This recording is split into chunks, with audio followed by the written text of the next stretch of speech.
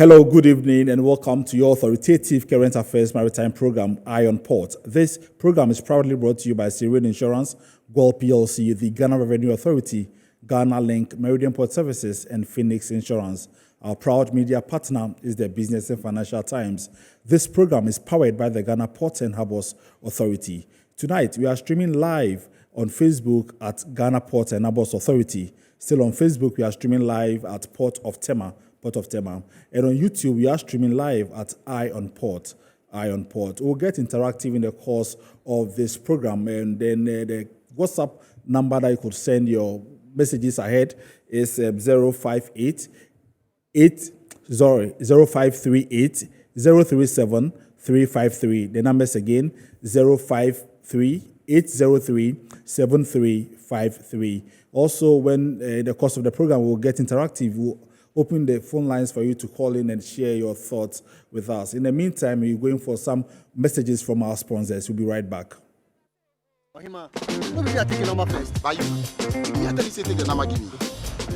Guys, now I'm tired. I'll go on a date with whoever gets here first. Princess, really? Okay, I come. Shut up! Mame,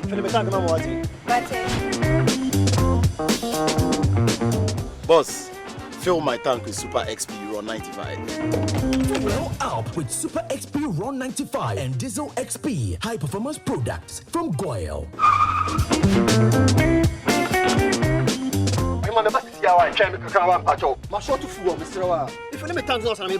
Sorry, Tony got here first, so I'm stepping with him. Oh, cut him.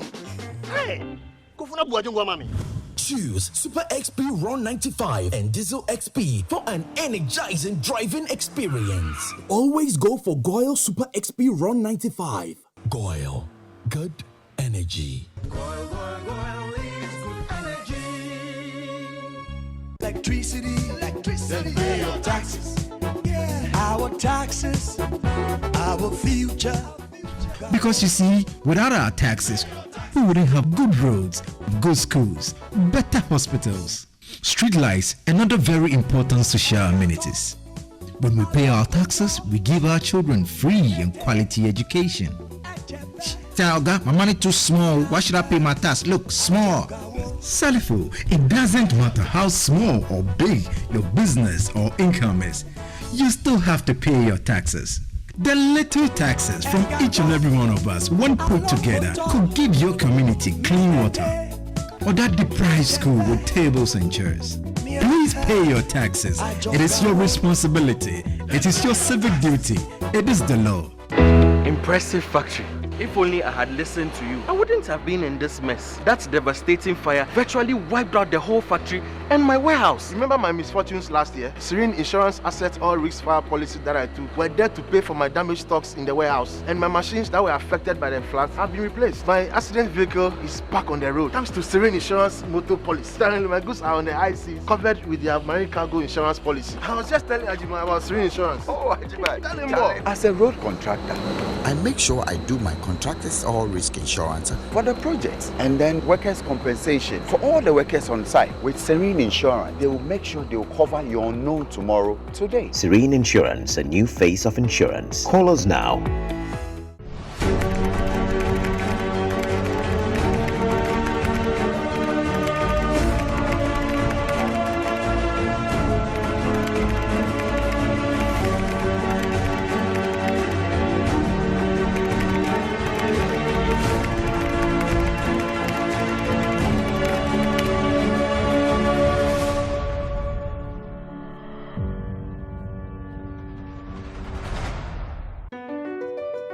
MPS Terminal 3 is Africa's new state-of-the-art container terminal at Tema Port. For manufacturers, agro-processors and traders, the new port means business can be done faster.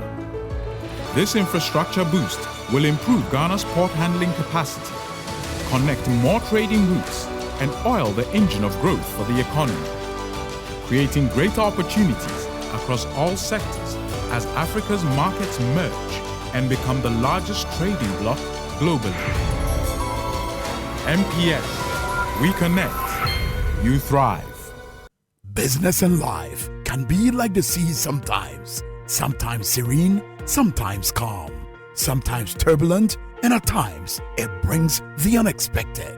However it is like, trust Phoenix Insurance for your home, car, business, and marine insurance needs. Call 0302 246 319 or 0243 690 492. At Phoenix, you experience a delightful service delivered with wisdom.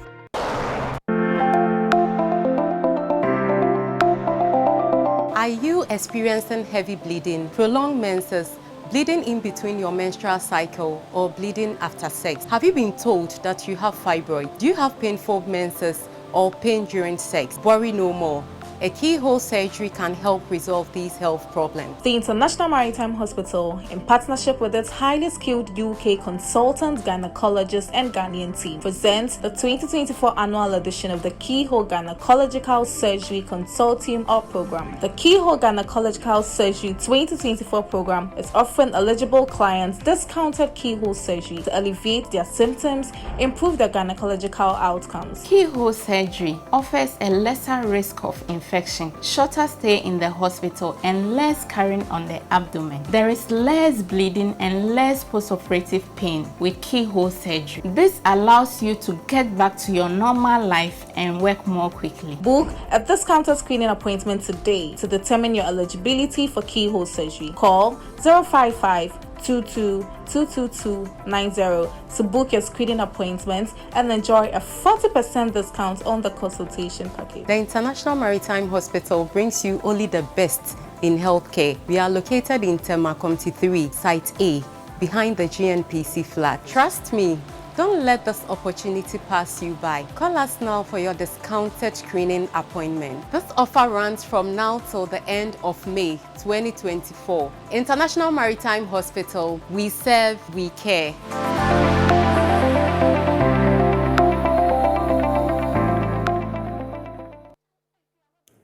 So welcome back from the break. It's now time for us to look at some stories that happened in the course of the week in the industry.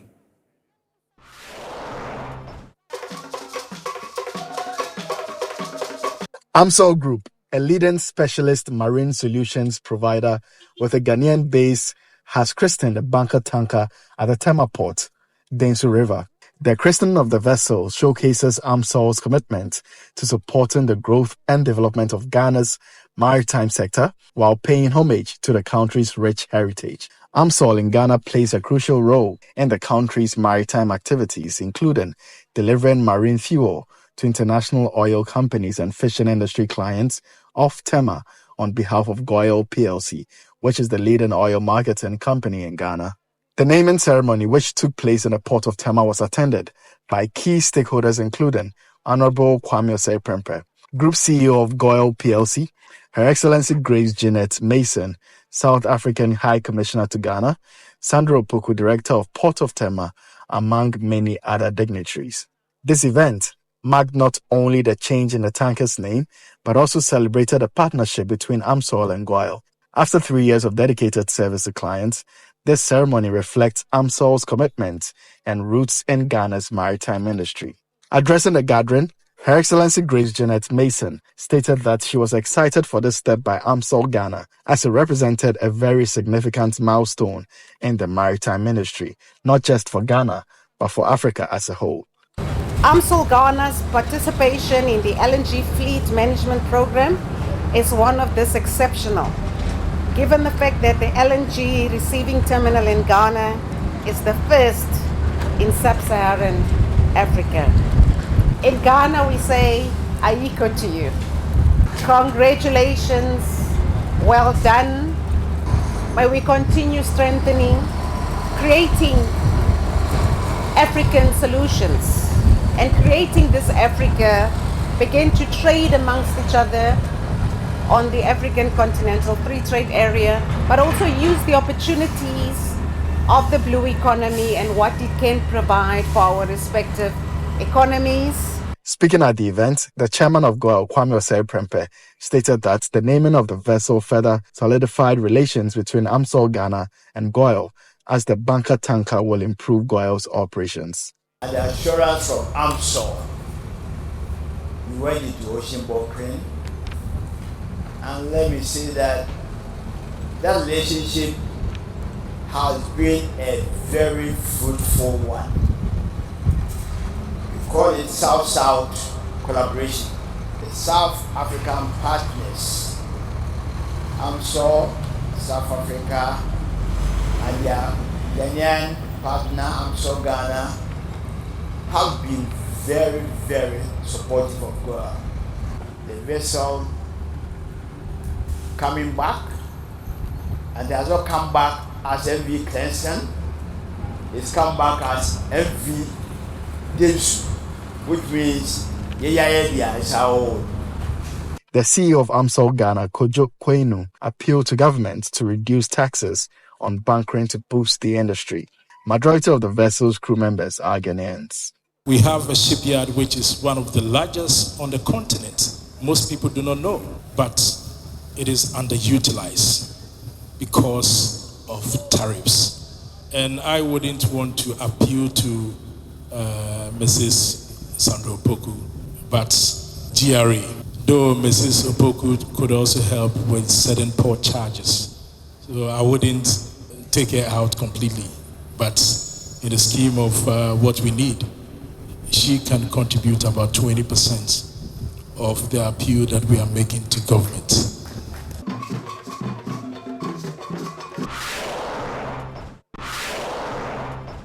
The Chief Executive Officer and the Executive Chairman of Ghana Link Network Services Limited, Dr. Nick Dasweje, has been honored with the prestigious title of Ghana's Entrepreneur of the Year. This marks the 6th time Dr. Dasweje has won this esteemed accolade, affirming his status as one of Ghana's leading entrepreneurs. Under his leadership, Ghana Link Network Services Limited has revolutionized trade facilitation in the region, and with the implementation of the Integrated Customs Management System, ICOMS. The system has been pivotal in enhancing operational efficiencies at Ghana's ports and borders, which in turn has significantly increased government revenue and improved the ease of doing business. The company itself also garnered the Trade Facilitation Company of the Year award, recognizing its robust implementation of the ICOMS and its impact on the trade ecosystem. Reflecting on the awards, Dr. Dasweje said the award fuels Ghana Link's commitment to continue improving its services. At least when we know find the category of Ghana. For the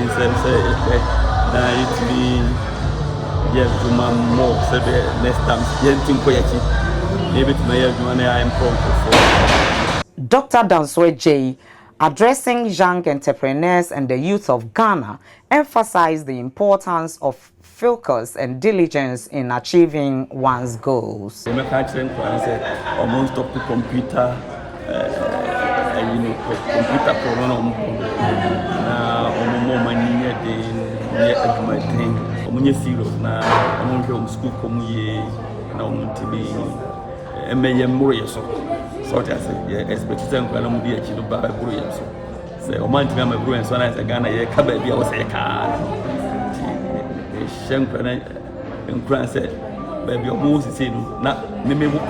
better than me.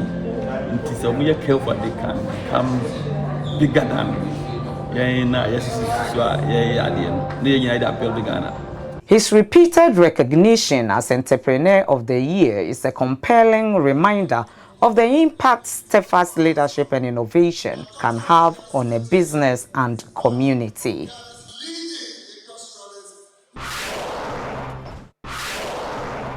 The third Made in Ghana Bazaar, a 3-day flagship program of the Ministry of Foreign Affairs and Regional Integration, has taken place in Accra. The bazaar was held under the theme, Promoting Made in Ghana Goods and Services for Economic Prosperity. During the opening ceremony, the Minister for Trade and Industry, K.T. Hammond, commended the Ministry of Foreign Affairs and Regional Integration for the event, which is aimed at promoting Made in Ghana goods and services on the international market. The Trade Minister further encouraged the public to patronize made in Ghana goods and services which play a crucial role in the development of the local economy, as well as preserving the productive sectors of the country for future generations. In our determined effort to take advantage of the after-gathered trade initiative, the government has facilitated exploratory market expedition missions to Kenya, including 63 companies, and to Tanzania, involving about 52 companies. Now, this has led to a total of about 700 products receiving what they call rules of origin certification to trade under AFTA. The Deputy Minister for Foreign Affairs and Regional Integration, Mavis Nkansa-Boadu, in her address, stated that the goal of the Bazaar is to facilitate the penetration of Ghanaian products and services into foreign markets through the network of Ghana's missions abroad and diplomatic missions accredited to Ghana. She added that it will invariably support the growth of small and medium-sized enterprises by providing them with the needed impetus to expand into the international market, including the Africa Continental Free Trade Area. Officials of state maritime institutions such as Ghana Port and Harbours Authority and Ghana Shippers Authority were present to guide visitors on the key offerings of their institutions.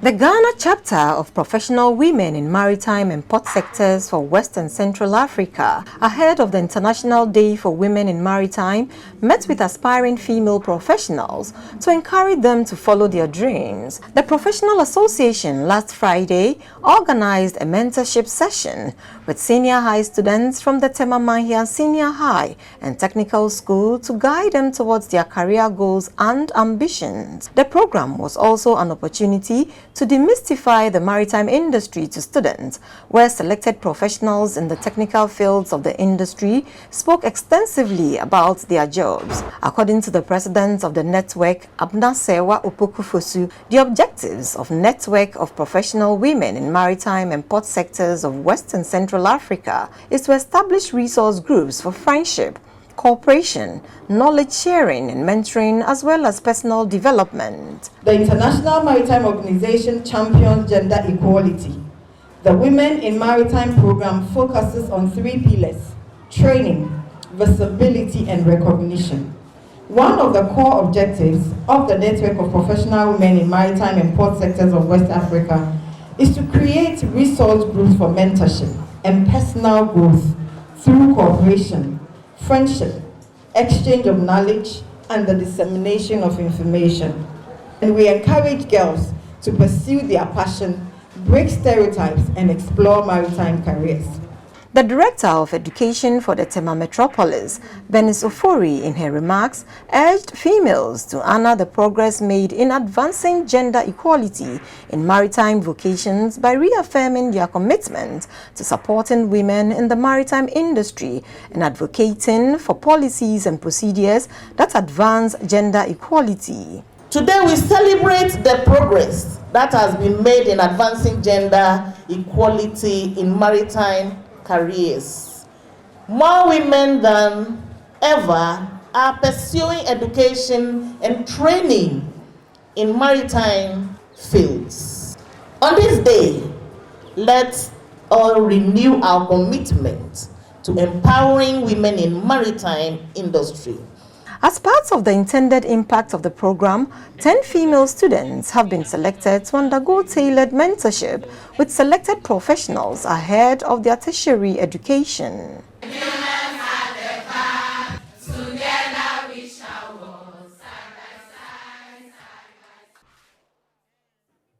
Okay, so last week was International Day for Women in Maritime, and this edita was set aside by the International Maritime Organization to really appreciate the contribution of women to the maritime industry. And the Port Authority has put together a documentary to appreciate or to let us know what roles some women are playing in the maritime industry. Let's take a listen.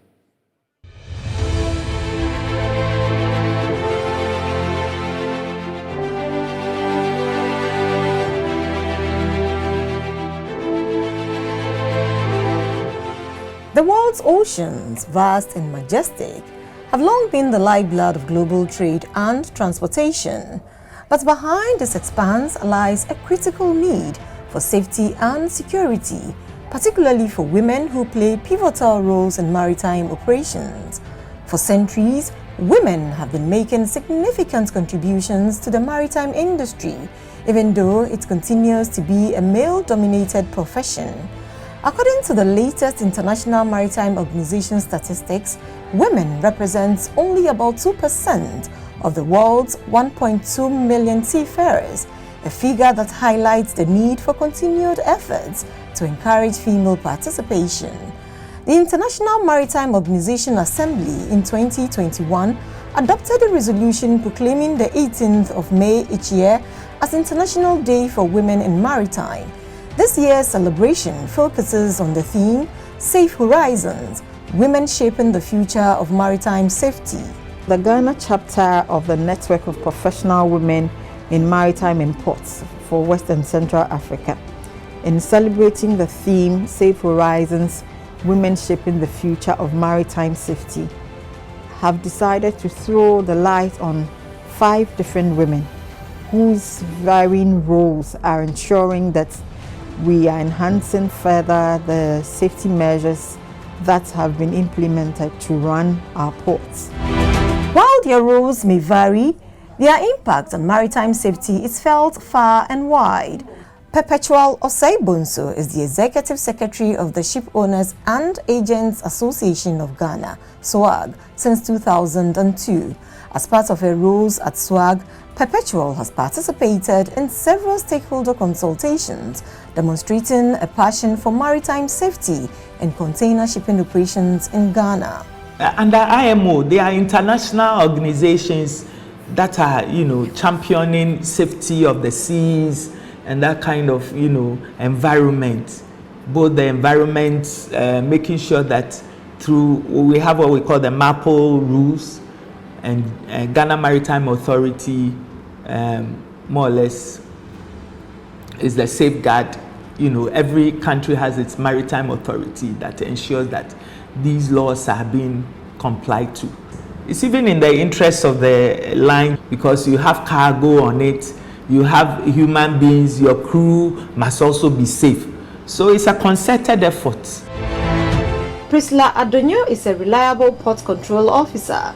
She narrates how she has employed her talents and competences towards one of the key activities at the port of Tema. In Tema Port, safety is our hallmark. We work together from the port control station to the pilotage, to the towage, to the mooring gang, to ensure that all vessels are berthed and unmoored safely. Our first point of communication with the vessel is through the VHF. So when the vessel is about 2 miles to our boarding station or to our anchorage, which is 12 nautical miles from the baseline of the Tema port, the vessel will call, and the vessel will inform us that she is about entering into our waters. We have compulsory pilotage in Tema. So every vessel that is coming in Tema needs to be brought in by a pilot. And to do that, we have a communication system and a policy that the vessel first calls the port control station. After the port control station ascertains that the vessel is cleared financially, and it's the vessel that has been booked for that particular berth, we inform the pilot, and we inform the tag masters, we inform the mooring gang, and then the pilot launch to stand by for the movement. When the vessel is proceeding, we monitor her on the AIS and the EGDIS that we have to ensure she does not drift into shallow waters. And also, we ensure she is navigating within a certain speed that is safe for the pilot to embark. Francesca Ishen is the Principal Security Officer at the Port of Tema. The requirements of the ISPS code is strictly enforced by the ports. That all people who have legitimate business in the ports should be carded with photo ID card. So if you don't have the pass, then we know that you are not supposed to enter the port. Safety in the ports begins with the pass and vetting office, and with the pass issuing office, all port users are safe, including their goods. Meet Rachel Anson, whose journey in the logistics industry started in 2007. As Managing Director of Richans Logistics, she has led a dedicated team in delivering tailored logistics solutions that exceed expectation. With years of experience in the industry, she brings her expertise in strategic planning, resource optimization, and customer relationship management to every project her team undertakes. In our industry, we've had several training on these dangerous cargoes, and as a company, because we know that majority of our cargoes are hovering around these particular chemicals, we train our staff. The industry itself is embracing the safety measures already, and so especially so now we have the low sulfur vessels that are autonomous. We have all kinds of things, the green sustainability, measures all over the place. And so all these things are measures that are being, embraced by the industry to enhance the operations. I will encourage women to be part of this industry, because it's an industry that it will never die. Because each and every day we are moving something from one place to another.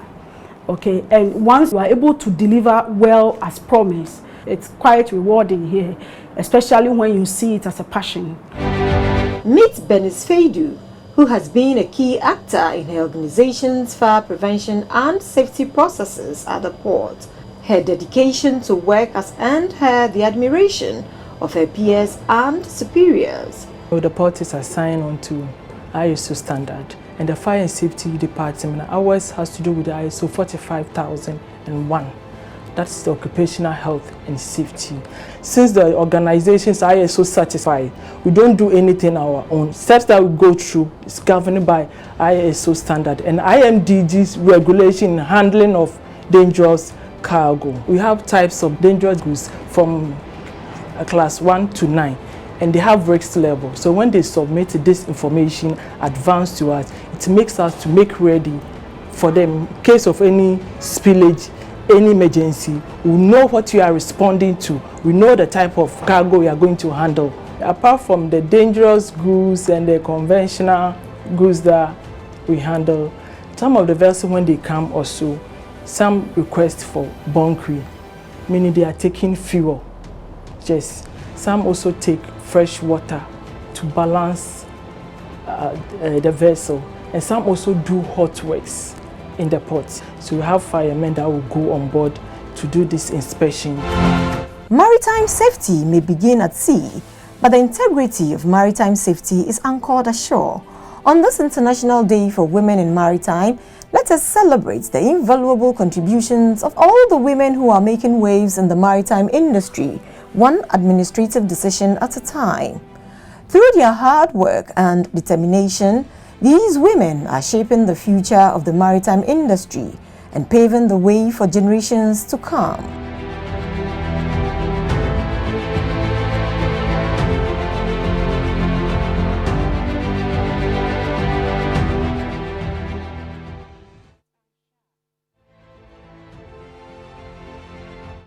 So that was a beautiful piece put together by the Ghana Port and Harbours Authority to let us know the role that some women are playing in the maritime industry. Now we're going for our word of the day.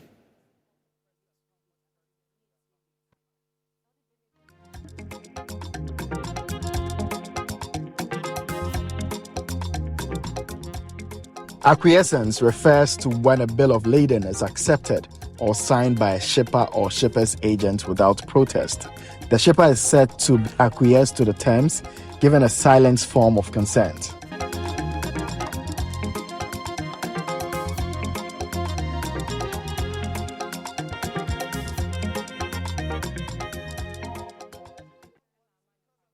All right, so on 6th of May this year, the Ghana Export Promotion Authority launched the non-traditional exports report to engage its stakeholders and all that. Tonight, we are delving deeper into this report to know what the report entails and also how it's going to boost the export, non-traditional exports of the country. And I have the pleasure to introduce two guests from the Ghana Export Promotion Authority. The first is Dr. Martin Agokti. He's the head of research at GPHA. Hello, Doc. Good evening. Solomon, good to be on set this evening. All right. Looking forward to. All right, we are grateful you came. Yeah, thank you. So I also have Chris Amponsasaki. He is the public relations officer or manager, I should say, at the Ghana Export Promotion Authority. Hello, Chris. Hi, Solomon. I'm sure this is your first time here. Yeah, this is my first time being here. Okay. That's fine. And so, gentlemen, good evening and once again, and then I welcome all of you. First and foremost, let's look at the non-traditional exports report, or statistics report, I should say. What does it entail? Okay, thank you very much, and good evening to your cherished viewers. We are happy to be here. Maybe by way of introduction, Ghana Export Promotion Authority is a national trade support institution under the Ministry of Trade and Industry. We are responsible for trade. We develop, facilitate, and promote non-traditional exports, and that is important for us, for our listeners to understand. Now, maybe let me be quick to clarify what non-traditional exports are. Very well. Within our nomenclature as a country, we have what we call the traditional exports and the non-traditional exports. Now, the traditional exports has to do with cocoa beans, has to do with unprocessed minerals, has to do with log and lumber, has to do with oil, electricity. Now, anything outside of what I've just mentioned is classified as non-traditional exports. So, as an institution, our mandate basically looks at developing these products. There are quite a large number of products classified as non-traditional exports. So we are looking at both products and services.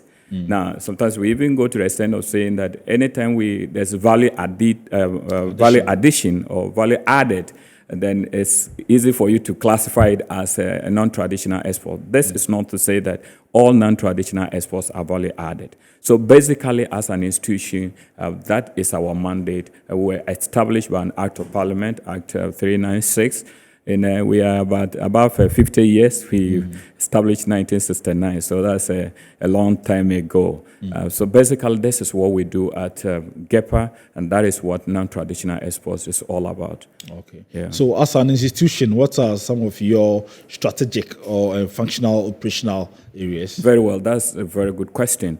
So within our mandate, we operate within a certain functional, strategic, operational areas. So per our mandate, so number one, we look at what we call product development and supply-based expansion. Now, what it means is that, as an institution, we identify potentials, products that has export potentials. Now, and we collaborate with certain institutions whose mandate relates to these products, and jointly or together we develop these products to meet international requirements. So that is basis. So product development and supply-based expansion. Supply-based in the sense that we see that there are products, there is demand for it from buyers within the export ecosystem. However, if there is a demand for it, the order you might not be able to deliver the numbers to meet the quantities. So what we do is that as an institution, we have intervention that are targeted at some of these products scientifically based on demand by the international community or buyers. So, for instance, we've had to go into what we call coconut revitalization program. We've had to go into the pineapple expansion program. We've had to go into cashew. And all this, what we did is to supply the raw materials so that the art growers, farmer-based organization, our cherished farmers can grow, produce, and in terms of so that we have more as far as harvest or the products are concerned, so that the exporters can easily buy these products and onwardly export out there. So number two, next important strategic area of operation has to do with market access. Now, as anything exports to the layperson, has to do with goods and services leaving the shores of the country. Now, so market access here as an institution, what we do is that we provide the platform for our cherished exporters and stakeholders within the space to be able to showcase made in Ghana products and services out there. Now, there are many platforms out there. You can talk of international trade fairs, international shows, expos, B2B, solo exhibition. The list is endless. Now, so what GPHA does is that we provide them the support, either by maybe linking them or taking them. Actually, we've gone to the extent of even having to foot part of their bills to be able to participate in some of these platforms. And the essence is that you showcase your products out there so that buyers can look at it and say, okay, this product is nice, we'd like to make an order for it. So that's one. Two. Number three, which is also critical, has to do with capacity building. And capacity building, we have what we call the Ghana Export School, which is a big flagship school under Ghana Export Promotion Authority. The mandate has to do with building capacity of the exporters. Now, we know that when it comes to export business, it's not just like selling on the local market. There are standards. The standards are quite stringent. The requirements are quite high. The expectations are high. Now, what is expected is that we need to empower our exporters, upgrade their skills, their knowledge, to be able to meet in terms of looking at the entire value chain of a product, for instance. We build their capacity, looking at in terms of product development, in terms of marketing, in terms of even negotiation, in terms of export documentation, and all that relates to you being able to get that product out there for the international buyer to look at. So the Ghana Export School has been in existence, and we've been running both in-person and virtual courses, building capacity of all these actors within the space. Another very important thing of which I directly play a role has to do with market intelligence sharing or market information. Now, you will notice that, as a matter of fact, the products don't stay in Ghana. They go out there. They go to the various market destinations across the globe. You need to understand what are the consumer preferences. You need to understand what is trending. You need to understand what are the market alerts. You need to give people in terms of how is the demographics like. What is the taste of the people. Now, it's our responsibility as an authority to go out there, fish and dig and search and research, get current information relevant to our exporters, relevant to all players within the export space, so that they are well equipped and well prepared to go out there and do business. And again, of course, we coordinate things that have to do with export activities, and I'm sure my colleague Chris will talk about the National Export Development Strategy, which we have coordinated since its launch a couple of years ago.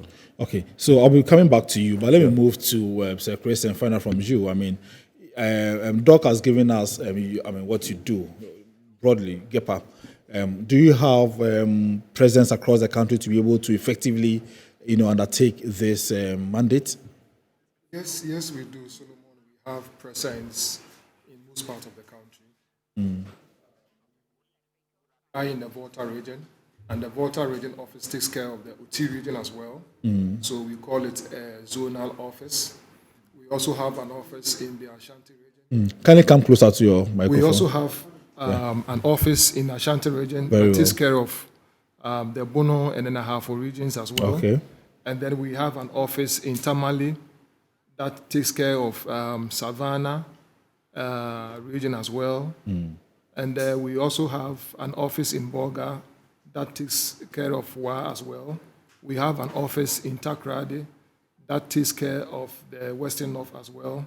We have an office in the Central region as well. So we have presence in Accra, which is the head office. And so if you put all these together, I think we have about 8, offices across the length and breadth of this country that seeks to provide information and support to our cherished exporters. But let me quickly add something to what my colleague Doc said. Yeah. When it comes to trade information dissemination and making sure that our cherished exporters always get the right information and at the time they need it, we at Ghana Export Promotion Authority have provided a place, a physical space in our building called the GEPA Impact Hub. This GEPA Impact Hub we are talking about is a state-of-the-art facility that is technology-driven, and we have machines over there that have databases on them, that as an exporter or one who wishes to export, you could come in there and do your research on the product that you want to export, to know which countries you can even take these products to and all that. So if I get you mean GEPA has provided a facility within its building. So exporters can walk in there anytime to undertake research or Exactly. And we have, the good thing is that we have officers there to even assist them. Now these databases we are talking about are databases that are quite expensive. You know, so individuals are not able to purchase them because you have to keep renewing, you know, them almost every year. And so people are not able to purchase them. But Ghana Export Promotion Authority, we have all these things there. These exporters can. Is it at a fee? No. And that's the good thing about it. We don't charge for it. And then we also have offices within that space where, as a business entity, if you don't have a physical space where you use as an office and you have clients that you want to hold a meeting with, you can also walk into Ghana Export Promotion Authority and come to have meetings with your clients in that space that have been provided as offices. And so there are a lot of things that is going on at that GEPA Impact Hub. And then I would like to use this opportunity to invite all our cherished exporters who have not yet taken advantage of that facility to come there and see what we have over there. And it is open to the general public, those who want to know more about exports and all that, they can come there and get to see what we have there for them. All right. So after the establishment of this particular facility that you're talking about, are exporters taking advantage? I mean, how would you gauge their interest in such a facility? So in terms of interest, I would say that the patronage has not been that high.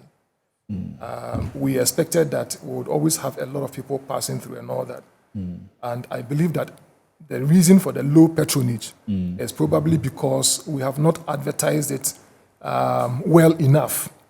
And so we are still, almost every opportunity that we get to talk to exporters or every kind of function that we get the opportunity to speak at, we try to talk about the GEPA Impact Hub because it has been established for them. So if they don't take advantage of it, they are losing a lot. And so they just have to come and take advantage of it. And what is so exciting about this GEPA Impact Hub is that we have very key collaborating agencies that we work with. For example, the Food and Drugs Authority. We have the Ghana Standards Authority and the PPRSD, that is a Plant Protection and Regulatory Services Directorate under the Ministry of Food and Agriculture. We have given them desk within that space.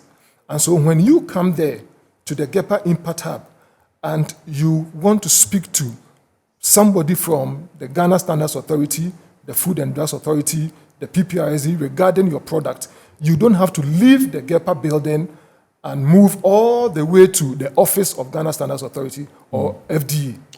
You would have the officers right within that same space who are knowledgeable enough to share with you whatever it is that you want to know.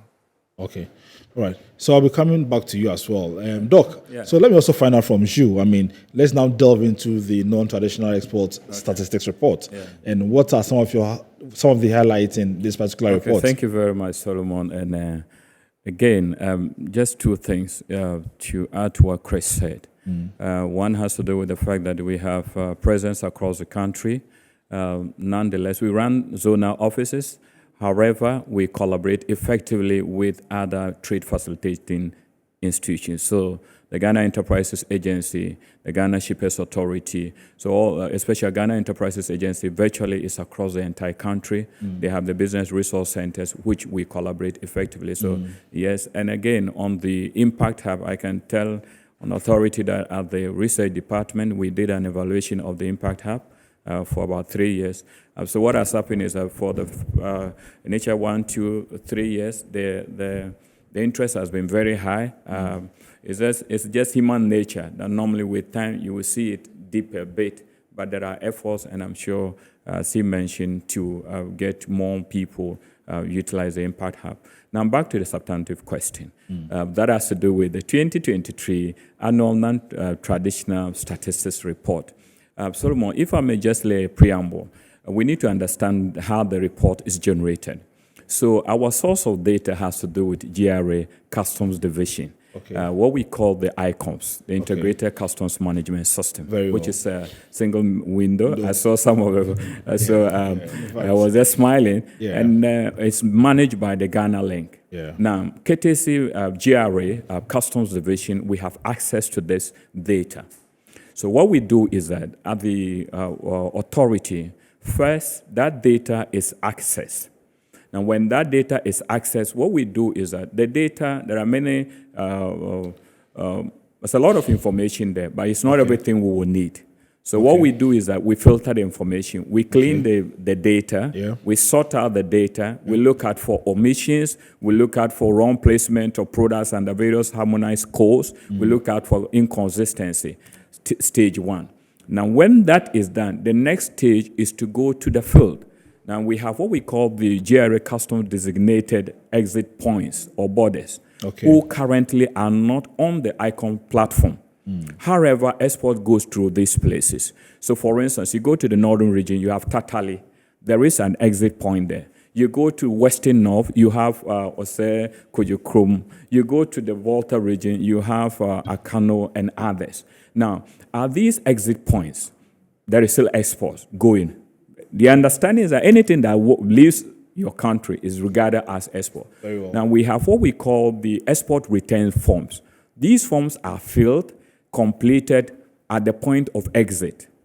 Now, as they are completed by GRA customs officers. So what we do is that we go to them, then we pick duplicates of these utilized, forms. We bring it into our system, we code this data, we add it to what is already been accessed from the ICONS platform. The next stage is, having done that, we now go to the next stage, which has to do with what we call field data reconciliation. And Solomon, you know that when it comes to data, you would have to be very meticulous so that you ensure that you manage the margin of error.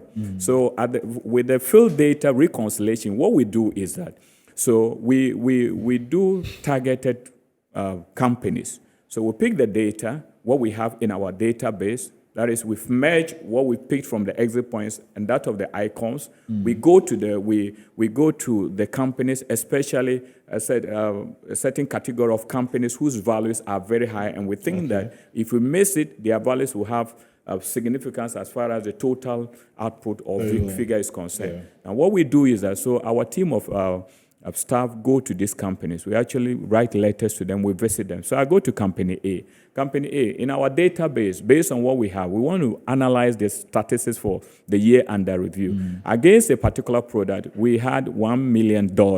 Now, help us. We want to look at your books. What do you have? Now, so what might happen is that it's possible that company A might have the same $1 million. There are occasions where they won't have the same million, either a lower figure or a higher figure. So how do we reconcile this? Now we're going to look at relevant documents from that company. So we look at your bill of lading, we look at your commercial invoice, possibly a bank statement. Now, all these efforts is to ensure the integrity of the data. Reason is because this data is going to be utilized by exporters, by all manner of people who have interest in export and policy. So we ensure that in terms of integrity and our margin of error, it gets to a certain statistical level where we are comfortable and we are very sure that this data that we are publishing is the right data. Yeah, so basically that is how the data is generated. And I can tell you on authority that it gives us, it kind of laid the basis for us to trust that whatever we are putting out there is of value to our exporters. Now I'm back to the statistics. Okay, yeah. But before you move on to the statistics, I mean, don't you also think that if you have officials from GPHA at these exit points, it will also enhance your work? Or very good question. But you know, of course, so it borders on a lot of issues in terms of cost and what have you. Okay. But to the last discussion on this particular one, there's already a discussion between the executive management of GPHA and that of GRA, looking at how we could sign an MOU, have it in such a way that it's even electronically transmitted. Especially where our officers will not necessarily need to travel all the way to some of the exit points to be able and till we get to the point where all these borders, exit points are rolled on the ICONS platform. Okay, so let's delve into so thank you. So for the non-traditional export statistics for the year under review, which is 2023, the total figure as in your intro, it was officially launched on the 6th of May. The figure is 3,944,146,717.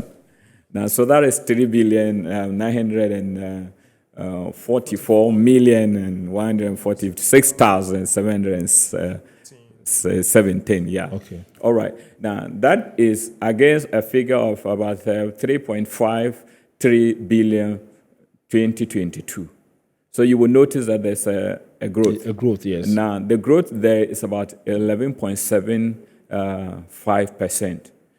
Unlike the 2022, where we did 6% growth. Okay. All right. I know when it comes to figures, it's an interesting discussion to always have. So I'm trying to not to be too figures, but as much as possible. Since that's the focus, the meat of this evening's discussion, we will have to be mentioning some of these figures. Okay, and then let me move to Chris now, and then find out from you. So this increment that you recorded, this 11% increment, what accounted for this increment? So a lot of things have accounted for that increment, particularly some of the programs that we have rolled out and all that. Yeah. And then also special attention being given to specific sectors and all that. And then we also realized that some of the support that some of these institutions, some of these companies have also received is also helping them to expand. And demand has also gone up. You would agree with me that if there is no demand, then of course businesses wouldn't like to just produce and keep them down. And so once there is demand, you produce more and all that. But let me also quickly say that there is a target to meet. Okay. And there's a target to reach. And that target is a 25.3 billion US dollars. Okay. And that target stems from the National Export Development Strategy. You see, and this strategy was launched in the year 2020. And it's a 10-year strategy, meaning that by 2029, it has to expire. And by the 2029, we need to have this 25.3 billion USD. Now, as at the time, the 2020, when this document was launched, we had a total NTE of, I think, about 2.8. Okay. 2.8 billion. Okay. Now, so if you look at being at 2.8 billion in 2020, yeah, and we are talking about moving from 2.8 all the way to 25.3 billion. I mean, it's unrealistic. That's not that it's not. It is very, very much realistic. Really? But it means we need to work extremely hard. Okay. We need to work extremely hard. And so there are several interventions that have been put in place. And my colleague has spoken about some of those interventions. Okay. And this National Export Development Strategy document is hinged on 3 pillars, which basically he has talked about. The capacity building is one key thing, because you cannot grow beyond the knowledge that you possess, you see. And so if you want to grow, you need to have knowledge in that field. And that is the reason why the export school is being taken very seriously now. And so there are a whole lot of things that, we are doing at the Ghana Export Promotion Authority. And that is what has contributed significantly to this 11.75% that was recorded in the year under review. That is the 2023. But I mean, let's take a look at this figure again. Okay. I mean, you're looking at 25 billion in 2029. Yes. And currently in 2024, you are doing 3.9 billion. Yeah. And you are telling us, you are giving us the assurance that by 2029, you move from 3.9 billion to 25 billion. Is that what you are telling us? Yes, that's what I'm saying. And it is very possible. It's very possible. I mean, in the year 2020, we stood at 2.8 billion. And we said to ourselves that by 10 years' time, which is 2029, we want to reach 25.3 billion. What is it that we saw that made us believe that we could reach the 25.3 billion? Maybe you should tell us. You should tell us. Yeah, so there are some key things that needs to be done. For example, when it comes to being able to reach that target of 25.3 billion, there is some resources that also needs to be made, needs to be provided to ensure that GEPA is able to, GEPA together with the stakeholders that put this strategic document together, is able to reach that 25.3 billion.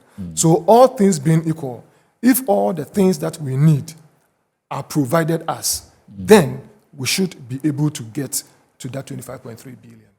Okay. And some of those things, like for example, the document will tell you that we need about 2 billion USD to be able to reach the 25.3 billion. So all these things are factors that will contribute to we being able to realize the 25.3 billion.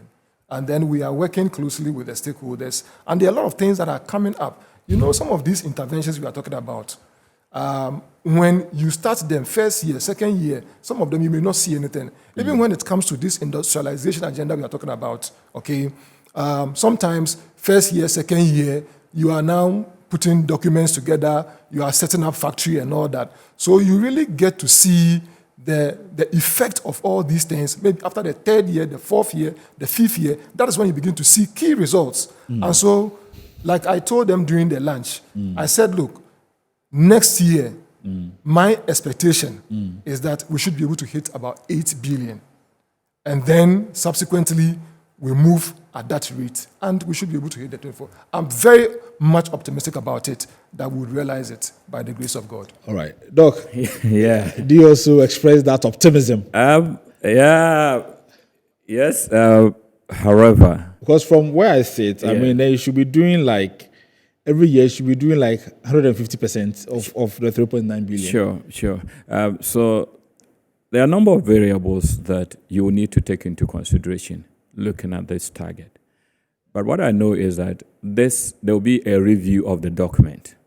And I do agree with you that if you look at the current rate at which we are going, it looks a bit unrealistic. So yes, there are a number of interventions in the pipeline that will be looked at. But at the same time, scientifically, there is also the discussion that there will be a review of the document going forward, especially if some of the indicators and some of the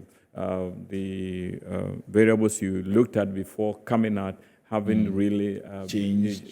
So naturally, there might be the need for a review of the document along the line. Okay, so let me stay with you. So how has Ghana's 2023 non-traditional exports contributed to the total national exports as compared to the previous years? Yeah, great. So thank you. So normally we look at total merchandise as against non-traditional exports. And then per what we have, 3.94 billion. The total merchandise export is 16 billion, reference Bank of Ghana. So if you do simple mathematics, we've contributed 24% to the total merchandise. Just to be quick to also add that, you see, this growth, like he said, has been triggered by a number of factors, especially, again, with the interventions outlined under the National Export Development Strategy, which the authorities vigorously pursuing and implementing, of course, in collaboration with our stakeholders. And when we go into the details and you look at some of the products, then you can scientifically say that this product has been a search based on AYZ, that this triggered the growth or this caused the dip of that particular product. So as we go along, looking at the details of the various products, how the various products perform, and I can advance some of the reasons why there has been a growth of this nature. And there are quite a number of variables that has caused that. We can look at it going forward. Okay, so let me ask you this question. So someone is asking, it says over the years, GEPA has made tremendous efforts to promote coconut in Ghana. Okay. And are there any plans to help sustain Ghana's current position as #1 in Africa and help boost value-added products in the coconut value chain? Yes, they are. So coconut... So currently, no, for confirmation, I mean, Ghana is currently the first when it comes to coconut export? Yes. That's the case? Yes, that's the case, yeah. Okay. Yeah, that's the case. So I know coconut and then pineapple were #1 exporter as well in Africa. So with coconut, yes, as an authority, I did even mention that under our supply-based expansion programs, coconut is one of them. So we have the coconut revitalization program, which over the year, what GEPA has done is to kind of provide the seedlings to farmers and also support them with inputs which will help them to be able to produce for the export market. Now, aside that one, there are others. Chris, you know, we've been running the Coconut Festival, which is in the 3rd year running. We have what we call the Coconut Festival, which we run every year, and it's gone actually international. And we do this in collaboration with the Coconut Federation of Ghana, and we also work effectively with FAGE, Federation Association of Ghanaian Exporters, and other related bodies, and now also the Tree Crop Development Authority. So in collaboration with these institutions, we are really looking at ensuring that we sustain the gains made and also to expand. Truth is, I remember we did through Logistica in Berlin, which is a trade fair. Ghana has been participating over the year. Courtesy GEPA, taking a number of FAGE members there. And I do recall that on one of those occasions, there was, yes, the demand is there, but the challenge with coconut, again, has to do with our ability to meet the orders. That's the truth. Okay. So there is demand for Ghana coconut. Okay. All right. But we are not able to meet that. We are not able. So, for instance, Solomon, they come to you that, okay, I need a 20-footer container of coconut monthly. Will you be able to deliver? That is a challenge. So, yes, we go out there, we do market access programs, we showcase made in Ghana products, we tell people how good our shea butter is, but when there is demand, will our people be able to effectively deliver on record time? But that should be your risk. I mean, that's why you are there. So you should be able to build their capacity. So that is why we should be able to, if need be, I mean, finance them to be able to do that. So that is what we are doing. It's not a one day's matter. Okay. That is why I'm just pointing to the fact that necessitates the coconut revitalization program and the rest of the interventions within that particular value chain. Okay. Yeah. Okay. See, just to add to what my colleague said. In my earlier response, you know, I did indicate that there are a number of interventions that GEPA is implementing. And some of those interventions, you don't see the results immediately. And this is one of such. Okay. Because when you plant the coconut seedling, within a year or two, you will not see results. It will not give you fruit that you can export. So these are some of the things. And so let's give ourselves, you know, some 5 years, 6 years, and then we would really see the results, you know, from the interventions that we are implementing. And that is when we can realistically tell whether we are getting closer to $25.3 billion or not. And let me also quickly add that during the 2nd International Coconut Festival that was organized here in Ghana, we had the president of the Coconut Federation of Nigeria coming to Ghana. And I was privileged to be in that meeting. And that woman said that in Nigeria, if coconut is not from Ghana, nobody buys it. So what is special about Ghana? You see, Ghana coconut? The quality, and even the taste of the water in the coconut. Okay. It is something that is exceptional. Okay. And then the woman said that about 80% of the coconut that Nigeria consumes comes from Ghana. So it means that just close by us, we have, countries that need some of these products. Like my brother said, do we have the capacity to be able to meet these demands? And that is the reason why GPHA started this program called the Coconut Revitalization. And through this intervention, we believe that in the next couple of years, we would be able to meet all those demands. And then you see the export values and, statistics soaring up and up. Thank you. Okay. So I'll be coming back to you, but now we'll be going for our break. We'll take some break and then come back to read some more messages and then also activate the phone lines. So you're still watching Eye on Port. Tonight we are discussing the 2023 annual non-traditional exports statistics report from the Ghana Export Promotion Authority. And this particular report was launched on the 6th of May this year. And we are delving into it to see what's in there, especially how we are faring when it comes to non-traditional exports. And tonight, I have in the studios Dr. Martin Akokti, Head of Research at the Ghana Export Promotion Authority, and also Chris Amponsasaki, he is the Head Public Relations at GPHA. We'll be back after this break.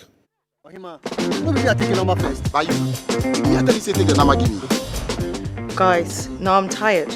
I'll go on a date with whoever gets here first. Princess, really? Okay, I dey come. Shut up! Mame, feel me talking about Boss, fill my tank with Super XP Ron 95. Well up with Super XP Ron 95 and Diesel XP high performance products from Goil.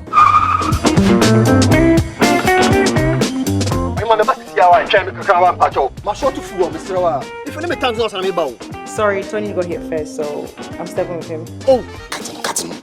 Hey, go for mommy. Choose Super XP Ron 95 and Diesel XP for an energizing driving experience. Always go for Goil Super XP Ron 95. Goil, good energy. Goil is good energy. Electricity. Then pay your taxes. Yeah. Our taxes, our future. Because you see, without our taxes, we wouldn't have good roads, good schools, better hospitals, street lights, and other very important social amenities. When we pay our taxes, we give our children free and quality education. Talga, my money too small. Why should I pay my tax? Look, small. Salifo, it doesn't matter how small or big your business or income is, you still have to pay your taxes.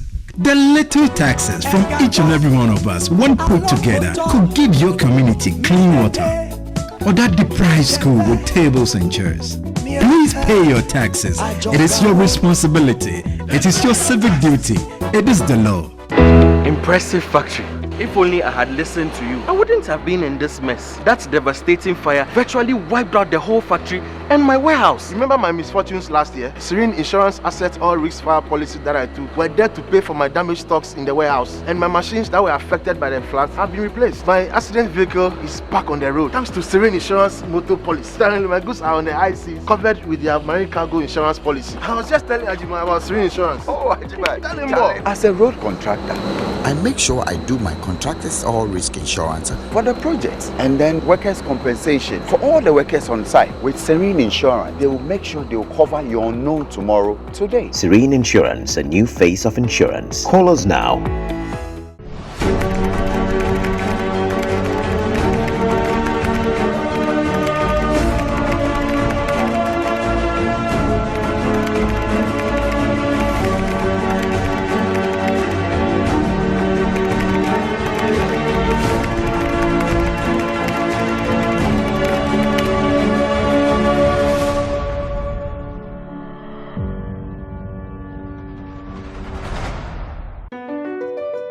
MPS Terminal 3 is Africa's new state-of-the-art container terminal at Tema Port.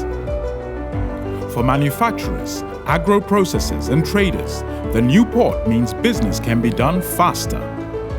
This infrastructure boost will improve Ghana's port handling capacity, connect more trading routes, and oil the engine of growth for the economy, creating greater opportunities across all sectors as Africa's markets merge and become the largest trading bloc globally. MPS, we connect, you thrive. Business and life can be like the sea sometimes. Sometimes serene, sometimes calm, sometimes turbulent, and at times it brings the unexpected. However it is like, trust Phoenix Insurance for your home, car, business, and marine insurance needs. Call 0302-246-319 or 0243-690-492. At Phoenix, you experience a delightful service delivered with wisdom.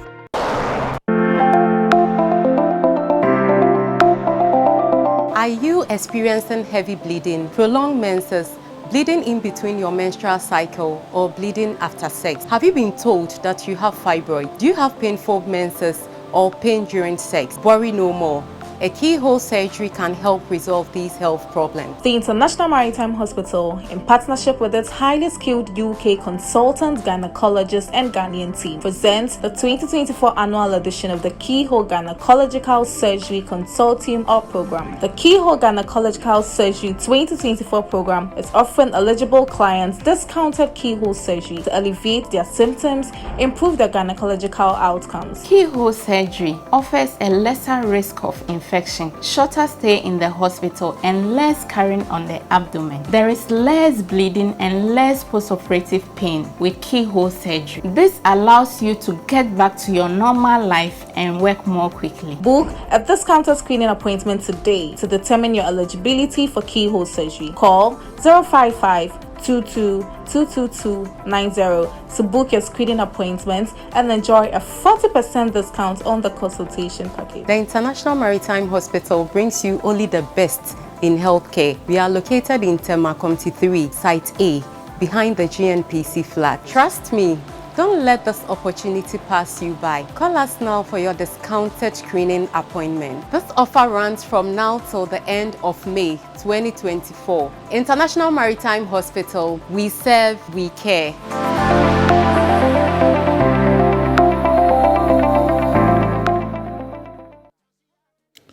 All right, so you're welcome back from the break, and we're still discussing the 2023 non-traditional exports statistics reports launched by the Ghana Export Promotion Authority on May 6th, 2024. And I have in the studios two gentlemen from the Ghana Export Promotion Authority to help in this discussion. In the meantime, we have some messages. This one says, hello, good evening, Iron Port. Are there any interventions in the jam and other roots and tubers value chains?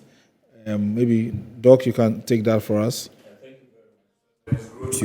Rotio is a association responsible. Okay, yeah. So Doc, please hold on there. I would come back to you to answer that particular question. But in the meantime, I need to activate the phone line. So yes, so we can have some callers join us. So the phone lines have been activated now. You can call in and then join the discussions. The numbers to call, we have 0203 0205 528353.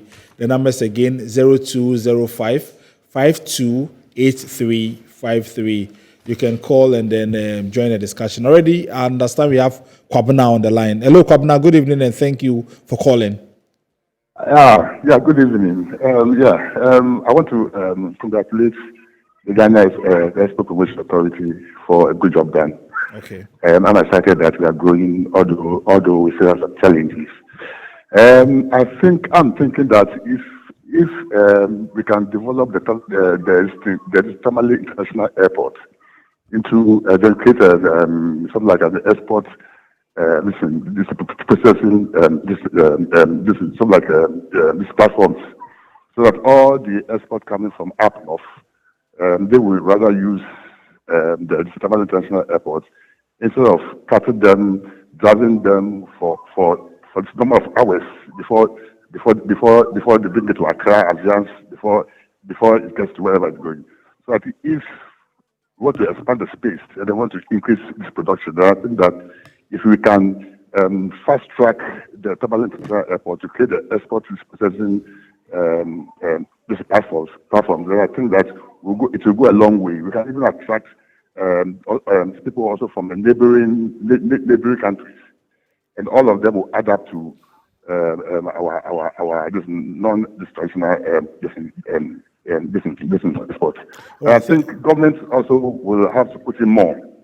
They have to put in more, especially in the area of public-private partnership. Okay. I think the Capping and Financial Alignment Act, that is capping IGF, is also this hindrance to that space. So I think if that thing can be scrapped, then now public institutions can now use their balance sheets. To now enter into PPP arrangements, and then some of this coconut and other spaces also can be expanded. All right, thank you very much. Your point is well noted. So at least thank you, Kwabna, for your call. Sorry, you're running out of time. Sorry about that. You heard Kwabna as well. I mean, he's talking about redeveloping some airport to also facilitate the Tamale Airport. That's a good point. We know that in the north there are a number of products: shea butter, soya bean, sesame, bulgur basket, straw basket, peanuts, groundnut. Though we have difficulties with their aflatoxins levels, and a number of products up there which have export. We are already exporting. Yes, I do agree with him. However, I think that for some of the products, for vegetables, good.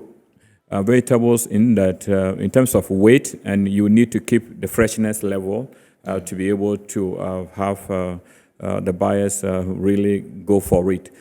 So for the airport, the vegetables will be it will serve that purpose, especially if you look at the what's the name? If you look at Tono irrigation, look at that of the Tamale, all the various irrigation, look at. But when it comes to the shea butter and the rest, their weight, okay? Shea butter, if you're doing 40-footer container, it's not cost effective to do air freighting. You would have to necessarily do the ocean or the sea freighting. Okay. So, yes, good point, but I think that we need to just do a blend of the two. Okay. All right, so let's go on the phone lines again and welcome Dan from Tamale. Hello, good evening, Dan, and thank you for calling. Okay, I understand Dan is off, but we have Joshua. Hello, Joshua, good evening, and thank you for calling. Yes, good evening. My name is Joshua Lem from Tema. I think I want to commend Iron Port for this. I want to commend Iron Port for this very educative program, and I also want to commend the officials of the GPHA. I think Dr. Martin is making the subject so interesting and easy to follow, and I want to commend him on that. In their presentation, I got the impression that they have a research hub at the GPHA, and then prospective exporters or people who are exporting can come there and do the research. I want to suggest in this era of technology, if they can put it on their website to make it easy for people to access so that they don't have to drive to their premises to have such information. So this is my suggestion. Thank you. Very well. Thank you very much. I think this has been noted by... I can quickly touch on the last bit that he talked about. There's a call that we have received many times as we go out there to talk about the Ghana Export Promotion Authority. Okay. And so we will take it up and see how best we can work together with the IT department, of course, as we are directed by the executive management. And so this will be taken up as it has come to us many times. Okay. Yeah, thank you. All right, that's fine. So, Doc, there was a question for you on YAM. Yeah. So what are you doing for them? Yeah, great. So, GrowTo, Ghana Route Crops and Tubers Exporters Union is an umbrella body responsible for that particular product. I must say that yes, there have been a number of interventions, even though not to the level that we expect. We are still looking forward to building on that. So basically, we've had the opportunity of taking a number of yam exporters on international trips to participate in fairs. We know that there is demand for yam. As a matter of fact, it's on record that our yam is highly sought after. The taste is good. There's high demand for it. It's sad to say, though, that because of the level of chemical residue, at a point in time, the numbers dropped. And that has been, there's been a clarion call by Plant Protection Regulatory Services Directorate of MOFA, PPRSD, and GEPA as well. I remember Ghana Exim Bank and other institutions were looking at how to keep on build the capacity of the farmers so that they are mindful of the level of chemicals they use. I remember some time back I was at Bimbila and it came up and a farmer was very frank with us. He said for them, it's not their fault. The consumer likes yams which are big. Okay. All right. Okay. So they will put in the chemicals so that the yam will look big. All right. But so for them, they don't have any scientific base as to what levels they use. Okay. And we're doing our best to ensure that good agronomic practices are strictly adhered to. All right. So yes, okay. I think it's a good call and a call in the right direction. Okay, let me go on the phone lines again and welcome Dan from Tamale. Hello, Dan. Good evening and thank you for calling. Hello, good evening, sir. Please go on. 30 seconds, Dan. Yeah, please. First of all, I would like to thank you for this initiative. I mean, I think it's a good program that you are doing to educate the general public. My question is, I want to venture into soya-based, what do you call it, business. And then I'm calling to maybe you can educate us on how to, I mean, we can start it. That's what I'm calling to know. To, what do you call it, educate the general public on how to start, I mean, let's say business like that, like a soybean, since I mean, we have a sense of soybeans here, that, you know, you can take it from there. Okay, all right. Thank you very much, Dan. Thank you for the call. This one says, Oyema from Tema says, good evening, I on port. GEPA is really doing a good job and I commend them. However, most of our SMEs are struggling to get their product on the international market due to high cost of production, packaging, and logistics in the country. How is GEPA liaising with other stakeholders to ensure the cost of doing business is bearable for the Ghanaian exporter? And she's also asking where she can access the reports. I mean, okay. So I think we have 2 minutes. So if you can box so quick one. So on soybean, since the report, then Chris will come in. So soybean, yes, as we export soybean. So all he needs to do, he's in Tamale. He could just visit our office at the Regional Coordinating Council, and then they can guide him for want of time. Okay. In terms of demand for it, there's demand for soybean, for animal feed, and for the oil. Again, the lady that talks about the SMEs, I'm glad to state that we established the Made in Ghana Trade House in Nairobi, Kenya. And the essence of the trade house is to see how best we can showcase made in Ghana products. Okay. It will interest you to know that it's about a year now, where it was established in May last year. It's just struck to a year's success.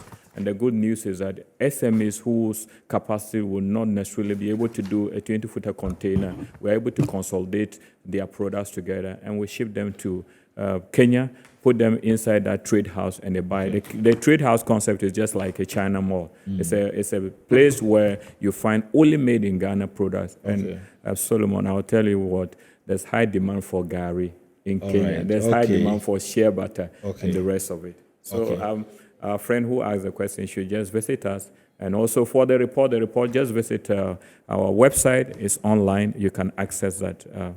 What's the name of the report? Okay.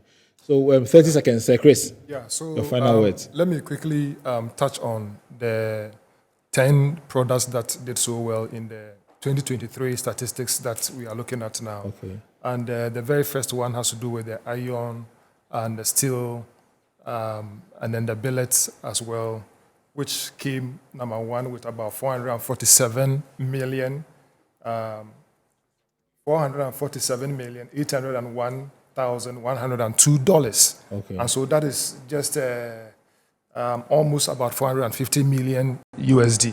And then we have the cocoa paste coming second. Okay. And then we also had cashew nuts coming third. And then we had cocoa butter coming fourth. And then we had articles of plastics also coming fifth. We also had canned tuna coming sixth, cocoa powder seventh, shea oil coming eighth, okay. The natural rubber sheets coming ninth, and then aluminium plates and sheets also coming the 10th. And the interesting thing is that the country that we exported most to is not US, but Burkina Faso. Wow. Burkina Faso. That's interesting. And it is something that if we had enough time, we would have talked about. Okay. But I'm sure we'll have the opportunity to do so. Very well. Yes. Very well. We'll get the opportunity to do so the next time. And let me also give you 20 seconds, Doc, on the outlook. What's the outlook for 2024? Yeah, great. 20 seconds. Yeah, so outlook for 2024 looks good. As an institution, we see to promote, execute our mandate. This year we have a number of trade fairs. We have about 15. We've already rolled out. I think it was advertised. People have put in application. So we take a number of exporters to these trade fairs. We're looking at embarking on a number of market research missions to a number of selected countries, and there are a lot installed there. All right. Okay. Yeah. So just thank you very much. Website, and I'm sure you'll be updated. All right. So that was Dr. Martin Akokti. He's the head of research at the Ghana Export Promotion Authority, and then also had Chris Amponsasaki is the head of public relations at the Ghana Export Promotion Authority. We've been discussing the 2023 annual non-traditional export statistics report that was launched on May 6th this year. My name is Solomon Anderson. Thank you for watching, and also watch the abridged version of Iron Report on Wednesday on Ghana Television at 8:30 p.m. Enjoy the rest of our programs.